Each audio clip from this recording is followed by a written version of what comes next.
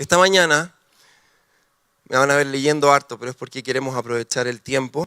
Esta mañana queremos enseñar como iglesia respecto a un tema que muchas veces nos parece un poco complejo de abordar, incluso incómodo de abordar, pero es un tema tan necesario de abordar y enseñar, y es el tema del diezmo, ¿ya? En diciembre del año pasado, ya casi un año atrás, yo hice una confesión pública un domingo ahí en Hotel Marriott a la iglesia respecto a este asunto. Y lo que dije y que sé que representa y sigue representando nuestra reflexión como equipo pastoral es lo siguiente. Dije lo siguiente: hemos hecho mal en hablar y enseñar muy poco a la iglesia respecto a finanzas, respecto a dar, respecto a la generosidad y respecto a los diezmos y las ofrendas. Y reconocemos que esto ha sido debido a que hemos operado, en lugar desde el amor, hemos operado desde el temor. El temor de ser catalogados como una iglesia más que habla de plata, una iglesia más que pide plata. Y de esto, como equipo pastoral, como liderazgo y como iglesia, nos hemos arrepentido. Y seguimos arrepintiéndonos. Seguimos volviendo a Dios en esto y pensando distinto. Porque la palabra nos dice que Dios no nos ha dado espíritu de temor o de timidez, sino de poder, de amor y de dominio propio. Al no enseñar esto, iglesia, al no poner este tema en la mesa y hablarlo abiertamente, lo único que estamos haciendo es robar a la iglesia y a cada uno de ustedes y sus familias de la bendición de crecer y de ser libres en el área financiera, que es un área tan importante de nuestra vida y donde le hemos dado tanto espacio a Satanás para gobernar. Cuánta deuda, cuánta angustia, cuántas situaciones complejas en el área financiera de nuestra vida y que hemos simplemente normalizado y hemos visto a Satanás ahí operar. Y Dios quiere algo distinto, para nosotros.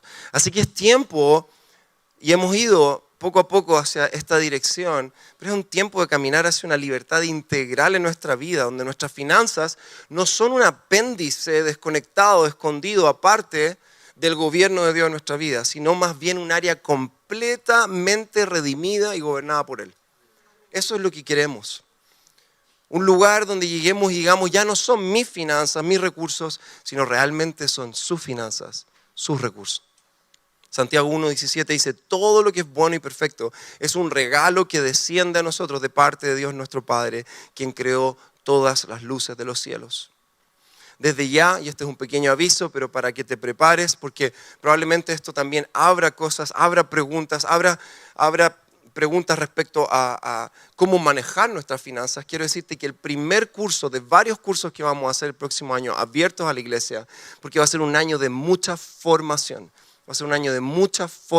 en la palabra. El primer curso que vamos a hacer el próximo año es un curso de finanzas y de manejo de finanzas. ¿Ya? No sé si será el mes de marzo o el mes de abril, pero para que ya te prepares, ¿ya? Guardes toda tu agenda, 2 meses. No, vamos a hacer ese curso comenzando el año. Y hoy día yo quiero comenzar introduciéndonos al tema del diezmo, estableciendo una base bíblica respecto a esto. Así que vamos al diezmo, vamos a la palabra. ¿Dónde comienza esta práctica en la Biblia? ¿Tienes tu Biblia? Si no, acércate a un cristiano que tenga una. No, todavía no me sale natural esa broma. Algún día me va a salir natural. Sin considerar ofrendas que fueron presentadas a Dios, como por ejemplo la ofrenda de Caín y Abel o la ofrenda que Noé ofreció a Dios después del diluvio, la primera vez que vemos el diezmo de forma muy clara en la Biblia está en Génesis 14, versículo 17 al 20.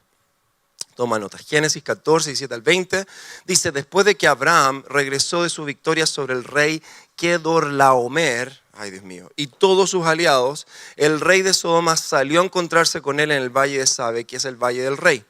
Y Melquisedec, rey de Salem y sacerdote del Dios Altísimo, le llevó pan y vino a Abraham.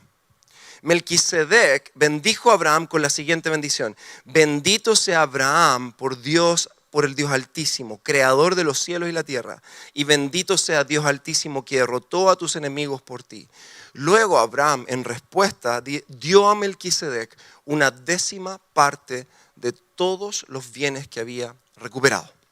Aquí Abraham el padre de la fe, luego de derrotar a este rey y rescatar a su sobrino Lot, le dio la 10ª parte de todo lo que capturó en batalla a este rey y sacerdote llamado Melquisedec, quien según el autor del libro de Hebreos, para que si tú quieres puedas ir a estudiar esto, porque no tenemos el tiempo hoy día, pero específicamente en el capítulo 7, este personaje, Melquisedec, es una figura, es un arquetipo, un símbolo de Cristo. Porque es no solo sacerdote, sino es sacerdote y es rey. Y según el autor de Hebreos, no sabemos de cuál es su descendencia, no sabemos cuáles son sus padres, no sabemos cuándo comenzó y cuándo terminó, al igual que Cristo. Así que lo que vemos acá es un acto profético, simbólico de Abraham, el patriarca de la fe, diezmando a Melquisedec, a esta autoridad, a este sacerdote, a este rey que representa una figura de lo que será Cristo. Luego vemos en Génesis 28, 18, 22 a Jacob trayendo su diezmo. Dice, a la mañana ofreciendo el diezmo a Dios. A la mañana siguiente Jacob despertó muy temprano y erigió como columna conmemorativa la piedra en la que había reposado la cabeza y después derramó aceite de oliva sobre ella. Llamó a aquel lugar Betel, que significa casa de Dios, aunque antes se llamaba Luz. Luego Jacob hizo el siguiente voto: si Dios en verdad está conmigo y me protege en este viaje, y si Él me provee de comida y de ropa, y si yo regreso sano y salvo a la casa de mi padre, entonces el Señor ciertamente será mi Dios. Y esta piedra que levanté como columna conmemorativa será un lugar de adoración a Dios, y yo le daré a Dios una 10ª parte de todo lo que Él me dé. Aquí estamos viendo a otro hijo de Dios, a Jacob, entregando su diezmo como un acto de adoración, de respuesta a la soberanía y al cuidado de Dios sobre su vida. Cabe mencionar, y no es menor, que ambos sucesos ocurrieron antes de que la ley de Moisés fuera dada al pueblo. Estos son diezmos entregados antes de que la ley de Moisés estipule como ley entregar los diezmos. Así que ahora vamos a esa etapa del Antiguo Testamento, a la ley mosaica, donde vamos a ver de forma muy clara, muy clara, cómo los diezmos son parte esencial, no solo de la adoración del pueblo, sino que del funcionamiento y la administración de las finanzas del pueblo de Israel. Ahora es muy interesante esto, que la ley no tan solo demandaba al pueblo de Israel y los israelitas, no solo demandaba un 10% de los recursos de cada miembro, sino mucho más que un 10%. No sé si para ti eso es sorpresa o no, pero quiero que lo estudiemos juntos. Entonces vamos a ver que hay no solo un diezmo, hay 3 tipos de diezmo que Dios solicita al pueblo de Israel. Y estos los podemos llamar los diezmos necesarios o obligatorios, porque hay una distinción entre estos diezmos y aquellas ofrendas voluntarias que el pueblo de Dios también le daba a Dios. El primer diezmo, que tú puedes tomar nota, lo puedes ver en Números 18, 25 al 30, es el diezmo para el sustento de los levitas y los sacerdotes de la tribu de Leví. De hecho, en ese pasaje, el número 18, 25, 30, vas a ver cómo la ley estipula no solo el sustento a los levitas del pueblo, sino que cómo los levitas, de lo que ellos recibían, ellos debían diezmar también su 10%. El primer diezmo era un décimo obligatorio de los animales y productos agrícolas de las personas. Si ellos no daban este diezmo, los judíos estaban robándole a Dios porque le estaban robando lo que le pertenecía a Él. Eso lo vemos también en Malaquías 3:8. Hay un segundo diezmo que está en Deuteronomio 12, 10 al 11 y 17, 18. Deuteronomio 12, 10 al 11, 17, 18. Tampoco lo vamos a leer por el tiempo, pero aquí nos habla de un segundo diezmo. Dios le ordenó a los israelitas llevar todas las ofrendas, sacrificios y contribuciones a Jerusalén, la ciudad que establecería para que morara su nombre. Y este diezmo era para el bien de la adoración religiosa nacional de los judíos y también promovía la fraternidad y la unidad nacional. Es un segundo diezmo para Jerusalén, para lo que se organizaba ahí, para las conmemoraciones. Y hay un tercer diezmo que se demandaba al pueblo de Israel. Y este está descrito en Deuteronomio 14, versículos 28 al 29. También lo puedes leer tú en tu casa. Y hace referencia a un tercer diezmo y dice acá lo siguiente: al fin de cada 3 años sacarás todo el diezmo de tus productos de aquel año y lo guardarás en tus ciudades. El extranjero, el huérfano y la viuda que hubiere en tus poblaciones, y comerán y serán, y lo darás a ellos, y comerán y serán saciados, para que Jehová tu Dios te bendiga en todas las obras que tus manos hicieren.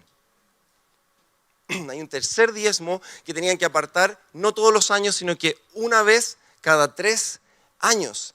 Eso promedia una cifra de 3 1/3% adicionales por año de dádiva necesaria. El tercer diezmo se conocía como el diezmo del bienestar o el diezmo de los pobres, y se usaba para ayudar al extranjero, al huérfano y a las viudas.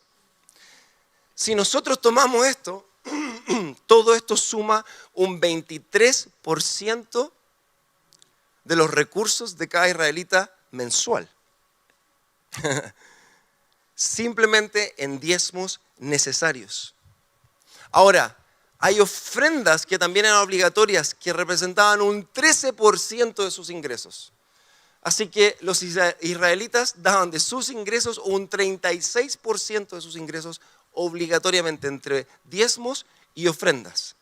Y adicional a esto, los israelitas hacían ofrendas voluntarias al Señor en muestra de adoración a Él. Y es muy interesante ver esto porque desde el Antiguo Testamento, aún en la ley de Moisés, el pueblo de Dios aquí está siendo llamado a una vida de generosidad, de adoración, de entrega y de cuidado mutuo. La ley está estipulando la administración de los recursos en adoración al Señor y en cuidado mutuo desde el Antiguo Testamento. Ahora vamos al Nuevo Testamento y con esto yo voy cerrando mi parte. Muchas personas argumentan en contra de la idea de diezmar porque hoy como cristianos del Nuevo Pacto ya no estamos bajo la ley de Moisés. Y si bien eso es un argumento válido en el sentido de que hoy el diezmo, quiero ser muy claro en esto, no es una obligación. Al igual que el día sabático, cuando enseñé hace 4 o 5 semanas atrás. El día sabático no es una obligación porque no estamos bajo la ley de Moisés y no tenemos el mismo sistema de gobierno que tenía el pueblo israelita en el Antiguo Testamento. El diezmo sigue, y atención con esto, representando un principio y una práctica espiritual completamente vigente para el pueblo de Dios. Porque seguimos siendo el pueblo de Dios. Y Dios no cambia. Los principios no cambian. El corazón no cambia. Y esto lo podemos ver claramente cuando Jesús confrontó a los fariseos y maestros de la ley en Mateo 23. Yo estaba estudiando este capítulo que se lo dedicó enterito el Señor a los fariseos y a los maestros de la ley. Mateo 23. Es una oda a los fariseos, tremenda. Si quieres también llegar a estudiarla a tu casa. Pero no para decir, oh, los fariseos, sino que, Señor, guarda mi corazón de esto. Guarda mi corazón de estos comportamientos. Guarda mi corazón de las apariencias. Guarda mi corazón. Y dentro de esta magna exhortación de Jesús a los fariseos, vemos el versículo 23, cuando Él hace referencia específicamente a esto de los diezmos, dice, ¿qué aflicción les espera, maestros de la ley religiosa y fariseos? Hipócritas, pues se cuidan de dar el diezmo sobre el más mínimo ingreso de sus jardines de hierbas, pero pasan por alto los aspectos más importantes de la ley, la justicia, la misericordia y la fe. Y continúa diciendo, es cierto que deben diezmar, pero sin descuidar las cosas más importantes. Entonces, ¿qué pasa acá? Jesús no está desvalidando el diezmo, porque sí que nos gusta buscar argumentos, ¿verdad?, para zafarnos. Sí que nos gusta encontrarle ahí la cosita, yo ya no tengo qué. Lo mismo no solo con el diezmo, con el pecado. Yo estoy bajo la gracia, así que yo puedo en realidad pecar un poquito, yo puedo robar un poquito. Eso es que no hemos entendido nada. No hemos entendido que estar bajo la gracia significa que ahora hoy día tenemos un mayor sentido de compromiso en obediencia y amor al Señor. ¡Wow! Aquí Jesús no está desvalidando el diezmo, sino más bien lo que está diciendo es que el diezmo, como una práctica desconectada de su propósito, no tiene ningún valor. Recordemos que Jesús dijo que Él no vino a abolir la ley, no vino a anular la ley, sino que vino a cumplir con sus propósitos. Mateo 5:17. Y el propósito del diezmo, el propósito del dar, el propósito es hacer justicia, extender misericordia y practicar la fe. Pablo me soplaba esta palabra, es emet, confianza. Es practicar la confianza en Dios. El propósito del diezmo para los fariseos se había vuelto a aparentar generosidad, aparentar ser generosos, dadivosos, pero se habían desconectado del corazón. Y Jesús dijo, se preocupan de eso, pero se han olvidado del pobre, se han olvidado del otro, se han olvidado del corazón, del propósito de esto. No están extendiendo justicia ni misericordia, ni tampoco están poniendo su confianza en Dios. Esa es la exhortación del Señor. El diezmo, y con esto cierro, no se trata de una ley rígida. Es por esto que en esta iglesia, quiero ser sumamente claro, nadie te va a obligar jamás a diezmar. Nadie jamás te va a controlar si lo haces o no lo haces. Sin embargo, y aquí hablo de una iglesia que camina hacia la madurez, todos estamos siendo llamados como pueblo de Dios a dar nuestros diezmos y nuestras ofrendas. Y eso es entre tú y el Señor. Un hijo maduro no necesita que lo anden chicoteando. Un hijo maduro entiende la palabra y responde en obediencia a ella. Y por último, y esto lo leímos hace unas semanas, Hechos 2, 44, 45, todos los creyentes se reunían en un mismo lugar y compartían todo lo que tenían. Vendían sus propiedades y posesiones y compartían el dinero con aquellos en necesidad. La iglesia primitiva entendió el propósito del dar. Y no se quedó en las discusiones de excusas para no dar, sino que dijo, si eso es lo que la ley nos demandaba, nosotros ahora daremos muchísimo más. Muchísimo más. Así que el diezmo entonces para nosotros hoy día, la iglesia local, es una práctica, es nuestra disciplina de dar básica. Es nuestro desde. Amén.